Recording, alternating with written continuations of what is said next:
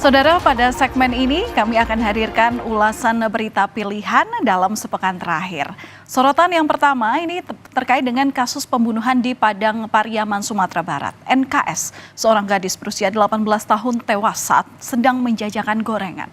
Bernasib malang di saat dirinya tinggal selangkah lagi dalam mewujudkan cita-citanya duduk di bangku kuliah, ia justru malah tewas dibunuh.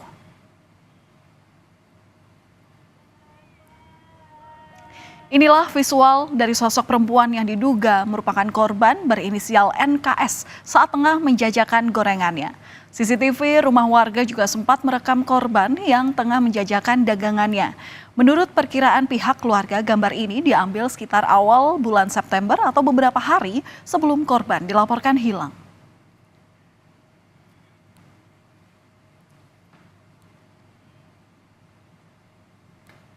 Rutinitas berjualan gorengan ini sudah dilakukan NKS sejak SMP. Awalnya sekedar menitipkan gorengan di kantin-kantin sekolah. NKS lalu menjual gorengan dengan berkeliling. Usai pulang sekolah, NKS ini menjajakan gorengan keliling kampung dengan jalan kaki sejak pukul 4 hingga 6 sore. Berkeliling hingga 3-5 km tak jadi masalah bagi NKS asalkan bisa menabung untuk melanjutkan pendidikan.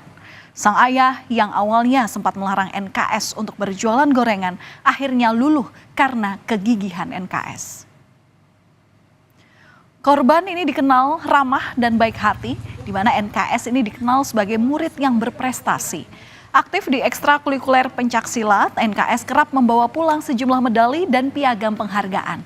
Sejak sekolah dasar, ia selalu mendapatkan ranking di kelasnya sehingga kerap mendapatkan beasiswa.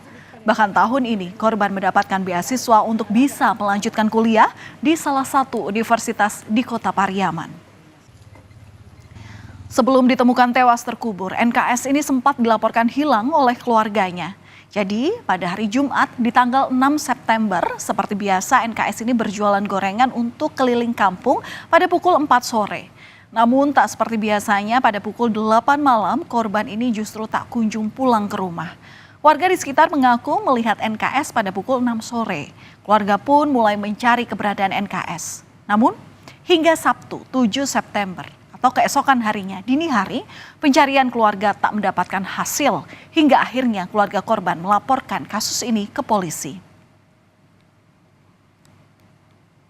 Setelah dilakukan pencarian secara intensif, korban akhirnya berhasil ditemukan pada Minggu sore. Namun korban NKS ini ditemukan dalam kondisi tak bernyawa dan terkubur di area perkebunan yang hanya berjarak 500 meter dari rumahnya. Gelang korban dan kotak dengan kondisi barang dagangan yang berserakan jadi petunjuk ditemukannya korban. Terpukul karena ditinggalkan oleh anak tersayang, keluarga pun berharap agar polisi dapat segera menangkap dan menjatuhi hukuman yang setimpal kepada para pelaku yang telah menewaskan anaknya. Pelakunya itu aja harapan saya ya, macam mana anak saya diapanya kan ya dihukum lah dia. Polisi terus melakukan penyelidikan, identitas terduga pelaku pun telah dikantongi. Namun karena pelaku yang licin melarikan diri membuat polisi kesulitan mengejar pelaku. Selain polisi, ada pihak keluarga korban yang mengaku mengenal dengan terduga pelaku. Meski tidak mengenal baik, keluarga korban mengaku mengetahui siapa terduga pelaku ini karena sering melintasi kampung korban.